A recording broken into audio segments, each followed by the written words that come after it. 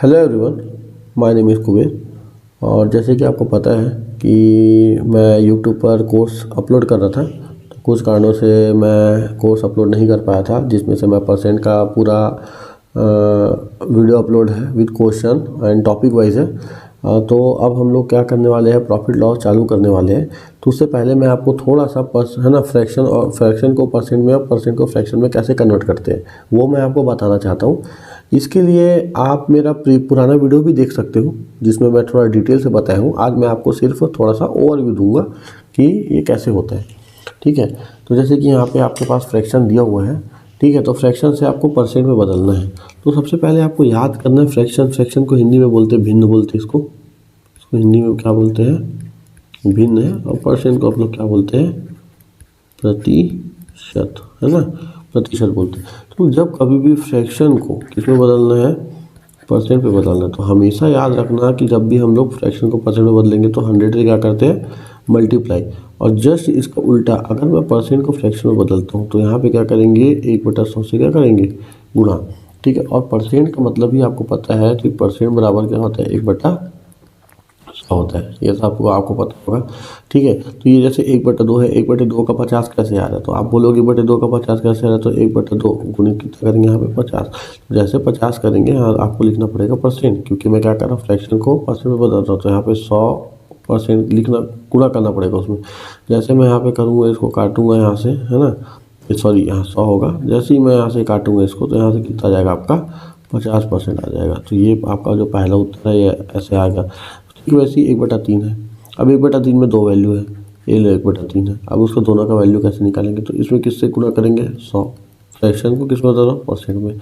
अब यहाँ पे आप ऐसे लिख सकते हो 100/3%, लेकिन एक्चुअल में यहाँ पे लिखा तो नहीं है, तो हम क्या करेंगे, इसको भाग देंगे, है ना। तो भाग देने के लिए क्या करेंगे, 3।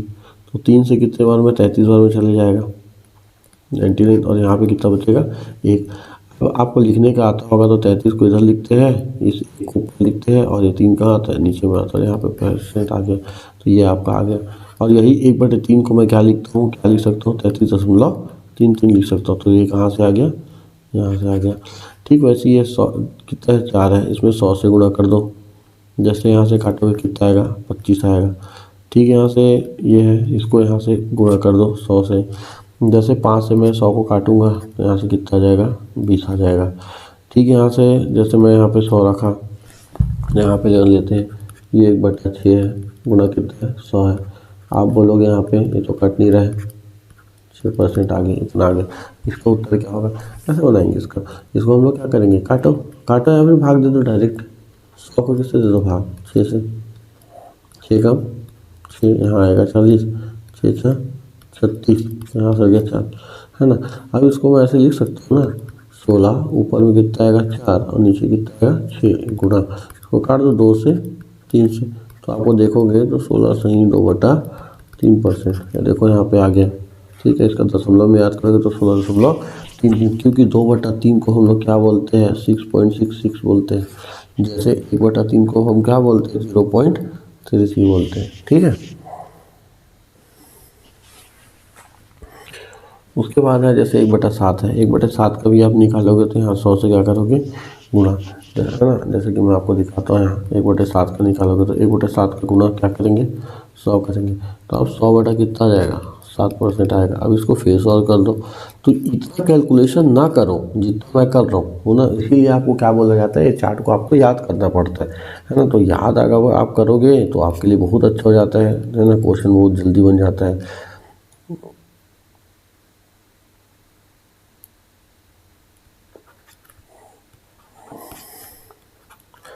14 लिखे इधर, ऊपर में 2 लिखे, नीचे 7 लिखे, ये है। तो इतने को अपन, है ना, इसको हम लोग क्या लिख सकते हैं, 14 से ही 2/7 लिख सकते हैं। तो ऐसे आप बहुत सारा चीज़ है जिसको आप बना सकते हो, है ना। 1/8 का भी आप इसी प्रकार से बना सकते हो, 1/9 का भी इसी प्रकार से बना सकते हो, 1/10 का भी इसी प्रकार से, 1/11 का भी इसी प्रकार से बना सकते हो। मतलब कुल मिला के अगर आप ऐसा बनाओगे तो आपका टाइम बहुत ज़्यादा कंज्यूम होगा। तो उसके लिए मैं आपको बता रहा हूँ कि ये जो चार्ट आपको दे रहा हूँ उसको आप चुपचाप याद कर लेना, कि जहाँ पढ़ते हो वहाँ लगा लेना। आपको कुछ दिन लगेगा, है ना, ये क्या है कैसा है, लेकिन आज के डेट में यही मेथड अप्लाई हो रहा है। पुराने मेथड से बनाओगे आप कोई पेपर क्रैक नहीं कर पाओगे।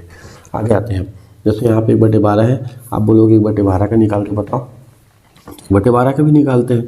जैसे 1/12 है, ये 1/12, उसमें क्या करेंगे 100 से गुणा करेंगे, है ना। और जैसे अपन को पता है कि 4 से काटेंगे, 3 बार में 4 से कटेगा, ये कितने बार में 4 से 12 और 4 से 25 बार में कटेगा, तो 25 बटा कितना गया 3%। 25/3 को फिर भाग दे दो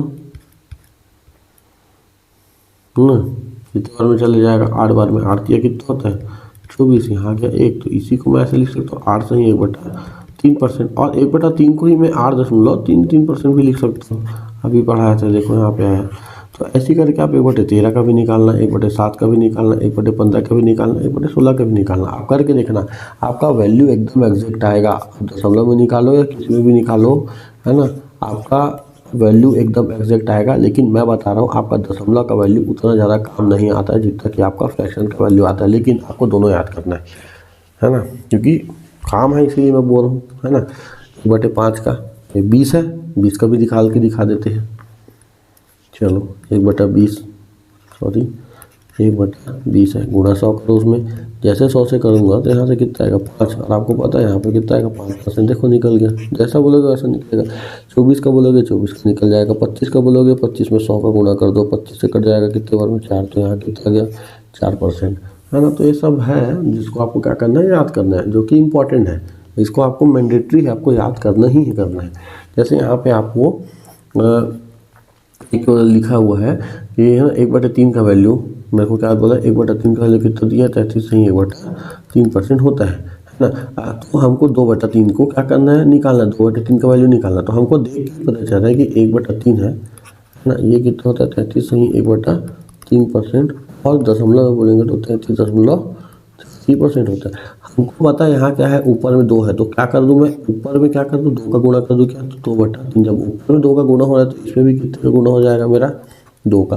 तो जैसे मैं 2 का गुणा करूँगा ना, तो 33 सही 1/3% में कितने का गुणा करूँगा 2 का। मैं दोनों को अलग अलग लेता हूँ। इसमें जैसे 2 का गुणा करूँगा तो कितना आएगा 6.66%, ये तुरंत आ गया। इसमें क्या होगा, इसका गुणा एक बार यहाँ पे होगा और इसका गुणा एक बार यहाँ पे होगा। अब ये है ना, जैसे ही इसमें गुणा करेंगे तो क्या होगा 66 सही 2/3% आया, और ये आपका उत्तर आया जो कि यहाँ पे लिखा हुआ है ना। अब आप बोलोगे इस 2 का गुणा इस 33 पे और इस पे क्यों किया गया, तो ध्यान से सुनना, जो 33 सही 1/3 है ना, और ये 33 प्लस 1/3 है, ये दोनों सेम होते हैं। ये दोनों क्या होते हैं, सेम होते हैं। इसीलिए तो अगर मैं यहाँ पे 2 का गुणा कर रहा हूँ और यहाँ पे मैं 2 का गुणा कर रहा हूँ, तो 2 का गुणा एक बार इसमें होगा, 2 का गुणा एक बार, है ना, 33 वाले में होगा। ठीक वैसे यहाँ पे 2 का गुणा यहाँ पे होगा और 2 का गुणा होगा। यहाँ पे कुछ नहीं है, मतलब क्या रहता है, प्लस का चिन्ह रहता है। ठीक है, आपको समझना है, ये बहुत इंपॉर्टेंट कॉन्सेप्ट है। आगे आते जैसे यहाँ पे 1/9 का वैल्यू मेरे को दिया है 1/11, सॉरी 1/11 का वैल्यू है 9 सही 1/11 का वैल्यू, और मेरे को कितना निकालना है, यहाँ पे सॉरी 11 है ये, तो 7/11 का निकालना है। तो आपको क्या करना पड़ेगा, 1/11 है बराबर है 9.9 सही 1/11%, ऐसे दिए है। तो अब इसको निकालना है, तो आपको पता है मेरे को कितना निकालना है, 7/11 निकालना है। तो ऊपर में 7 चाहिए तो 7 का गुणा, तो इसमें फिर कितने गुणा 7 का, जैसे गुणा करोगे तो कितना आएगा 7 का गुणा 9 सही 1/11 होगा, और इसमें 7 का गुणा, तो 7 का एक बार 1 में गुणा होगा और 7 का एक बार 9 में गुणा होगा। जैसे ही गुणा करोगे सॉरी, है ना, तो 7 नहीं है, कितना हो गया 63, और कितना हो गया 7/11%।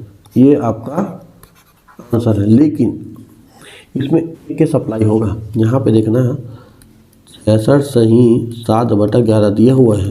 ठीक है, अगर ये दिया है तो ये सही है, ये क्या है, सही है। अगर ये ऐसे देता 66 सही, एग्जाम्पल बता रहा हूँ ना 7/11%, तो ये क्या सही है बोलेंगे, तो ये गलत है, ये पूर्ण रूप से गलत है।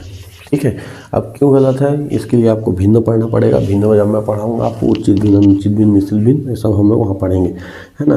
तो हमको क्या करना पड़ेगा, इसको और सॉल्व करना पड़ेगा। कैसे, क्योंकि यहाँ पे क्या हुआ है, यहाँ पे जो है 7 जो है छोटा हो गया किससे 11 से, लेकिन यहाँ पे क्या हो गया 7 जो है सॉरी है ना, यहाँ पे जो है